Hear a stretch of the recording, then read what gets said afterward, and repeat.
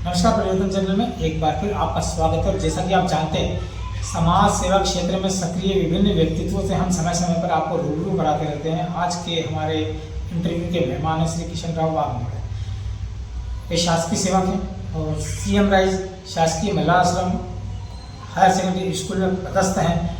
लेकिन उनकी एक खासियत यह है कि वे इंदौर की लगभग आधा दर्जन से अधिक विभिन्न संस्थाओं से जुड़े हुए हैं और वहाँ अलग अलग कार्यों को अंजाम देते हैं। मतलब आप देखेंगे तो कभी आप उनको भरी गर्मियों में आप जो है उन्हें ऐसे लोगों ने जिनकी चप्पलें टूटी फूटी है उन्हें चप्पल पहनाते देख सकते हैं, अपने साथ चप्पल लेकर चलते हैं। तो गर्मी की छुट्टियों में वे अपने सहयोगियों की मदद से उनके घर, उनकी दुकान और इस प्रकार जो है प्याऊ लगवाते हैं। पिछले बार भी उन्होंने लगभग 47 स्थानों पर जो है प्याऊ लगवाई थी। आपका बहुत बहुत स्वागत है किशन राव जी परिवर्तन चैनल में। Thank you. आपको समाज सेवा की प्रेरणा किससे मिली? मुझे सत्य साई सेवा समिति इंदौर से ये प्रेरणा मिली है सेवा कार्य के लिए जी। और जब से मैं आज दिनांक तक ये सेवा कार्य कर रहा हूँ। आप किशन राव जी को MY में भी मरीजों की सेवा करते देख सकते हैं। एक ऐसी सेवा आमतौर पर इस प्रकार की सेवा बहुत कम ही लोग करते हैं, बल्कि वीडियो पर गिने। यानी जो मरीज हैं जिनका कोई रखवाला नहीं है या जिनके वहाँ कोई काम काज करने में दिक्कत है, ऐसे लोगों के दाढ़ी से बनाने से लगाकर, बाल काटने से लगाकर, उन्हें नहलाने से लगाकर, उन्हें इस प्रकार की सेवाएं शायद आपको बहुत कम लोग करते हुए देखे जाएंगे। तो एक तरफ वो जहाँ सड़कों पर पैदल चलते या टूटी फूटी चप्पल वाले जो है उनको चप्पल बदलते देखे जा सकते हैं। MY में जो है वो दाढ़ी कटिंग बनाते भी आप देखे जा सकते हैं। आपके पिताजी और माताजी का नाम बताइए। मेरे पिताजी का नाम बाबूराव वाघमोड़े हैं। मेरी माताजी का नाम मनोरमा बाई वाघमोड़े है। आपको समाज सेवा की प्रेरणा किससे मिली? पहले तो सत्य साई सेवा समिति से ही मिली है और माता पिता का जब तक आशीर्वाद नहीं मिला, जब तक सेवा अपूर्ण मानी जाती है, इसलिए माता पिता का भी आशीर्वाद है। पहले माता पिता का आशीर्वाद है, फिर भगवान बाबा का आशीर्वाद है। बचपन से ही मैं सेवा कार्य में लगा हूँ और अभी तक कर रहा हूँ। आप शिरडी साइकिल से जाते हैं ऐसा बताया गया है, तो कितने सालों से जा रहे हैं? मेरे जब बच्चे का स्वास्थ्य ठीक नहीं था तो मेरे बच्चे को डॉक्टर ने कैंसर बताया था और मैंने शिरडी साईं बाबा को मानता था और वो बच्चे को मैंने है ना बाबा के फोटो के सामने रख दिया। तो बाबा के गुरुवार का दिन था, बाबा के फोटो पे से फूल उसके ऊपर गिरा। बोले ठीक, मैंने जब से प्रण कर लिया बाबा ये बच्चा जब तक अच्छा नहीं होगा जब तक मैं आपके द्वार साइकिल से आऊँगा। इंदौर से कम से कम 15 बार इंदौर से साइकिल से शिरडी गया हूँ मैं। आप तो सेवा करते करते, लेकिन इसके अलावा कुछ लोगों की टीम भी है, कोई 8-10 लोगों की, जिनके माध्यम से आप उनके क्या नाम है? मेरे संग जो साथी है रामनिवास लोवंशी है, सुनील लोवंशी है, अपने सुभाष धुंधाले जी है। ये 3-4 लोग हम कंधे से कंधा मिला के सेवा में जुट जाते हैं। और अभी MY की जो हमने सेवा ली है वो तो मतलब ये समझ लो सहारा वार्ड के नाम से फेमस है वो। और उसमें लावारिस मरीजों को रखते हैं जिसमें उनके घावों पर कीड़े पड़ जाते हैं।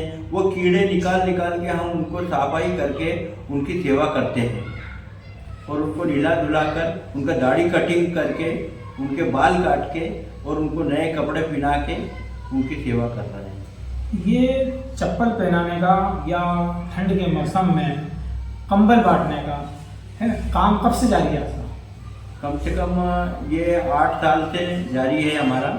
और माता पिता जब से गुजरे हैं मैंने प्रण ले लिया था कि जब तक मैं जिंदा हूँ, जब तक मैं सर्विस कर रहा हूँ, तो जब तक मैं माता पिता के नाम से गरीब परिवारों को, गरीब राहगीरों को, जो भी मरीज हो उनको चप्पल, जूते, कपड़े, अनाज ये सब मैं दूंगा अपने आप। ये अनाज का भी एक पूरा पैकेज आप दिया करते थे, ये आप अपने टीम के साथ या सत्य साई सेवा समिति या किसके साथ में थे?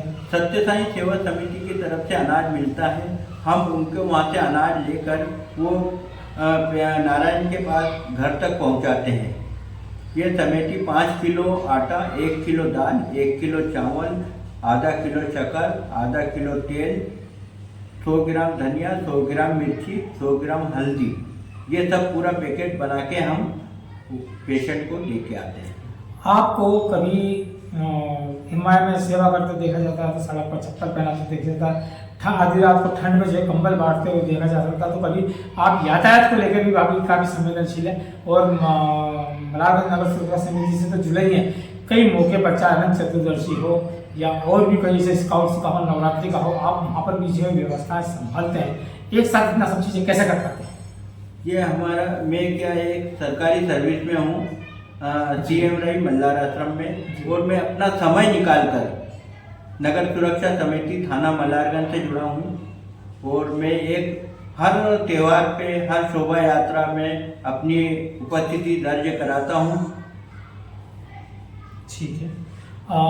जैसा कि मैं बता रहा था, एक चीज़ और है, आपको गायन का शौक कब से है? मुझे कम से कम, क्योंकि आपको भी बहुत सारे स्टेजों के ऊपर जो है गाना गाते थे। आपका फेवरेट गायक कौन है? फेवरेट गायक मेरा मुकेश है जी, मुकेश और किशोर कुमार है। किशोर कुमार है। हर फॉर्मूला किशोर कुमार के चाहने वाले में किशन राव भी हैं, और किशन राव जी की सबसे बड़ी खासियत है कि लगभग आधा दर्जन संस्थाओं से जान जुड़े हैं, तो 1 दर्जन प्रकार की अलग अलग प्रकार की सेवाएं करते हैं। और ये सिर्फ ना चप्पल पहनाने से लगाकर, ठंड में कंबल बांटने से लगाकर, अनाज बांटने से लगाकर सिर्फ यहीं तक सीमित नहीं, कई ऐसे अवसर भी आए हैं जब उन्होंने कई गरीब बच्चों की फीस भी भरी है। हालांकि वे इन सब चीज़ों का जिक्र नहीं करना चाहते। उनका ये कहना है कि मेरे एक सामर्थ्य है, उस हिसाब से मैं सेवा कर देता हूँ, बस यही। और वैसे किशन राव जी काफ़ी लंबे समय से सेवाएं कर रहे हैं, लेकिन अगर आपको याद हो, एक सेवा काल का एक खास पीरियड आया था, कोरोना काल। इसमें कई लोगों जो है काल कोलित हो गए, लेकिन कई बड़ी संख्या में ऐसे भी लोग थे जो समाज सेवी थे, जिन्होंने सक्रियता रखते थे, कई लोगों की जान भी बची। ऐसे समय में कोरोना काल में किशन राव जी भी काफ़ी सक्रिय रहे और उन्होंने कई कोरोना पीड़ितों की मदद की, जान जोखिम में डाल के, जान की परवाह किए बिना। हालांकि भगवान भोलेनाथ की ये विशेष उनके ऊपर अनुकंपा है कि उन्होंने जब भी कोई जोखिम लिए हैं तो उसमें वे सफल ही रहे हैं, कभी असफलता नहीं हुई, और भगवान का भी विशेष कृपा उन पर बनी रही। तो कोरोना काल में भी उनकी सक्रियता को तमाम समाजों ने मार्ग किया और समय समय पर शासन प्रशासन द्वारा भी उन्हें कई पुरस्कारों से नवाजा गया। परिवर्तन चंद्रपुरी, संजय नजाम, रितेश चंदेल, हर्ष प्रजापति की रिपोर्ट। धन्यवाद। जय हिंद।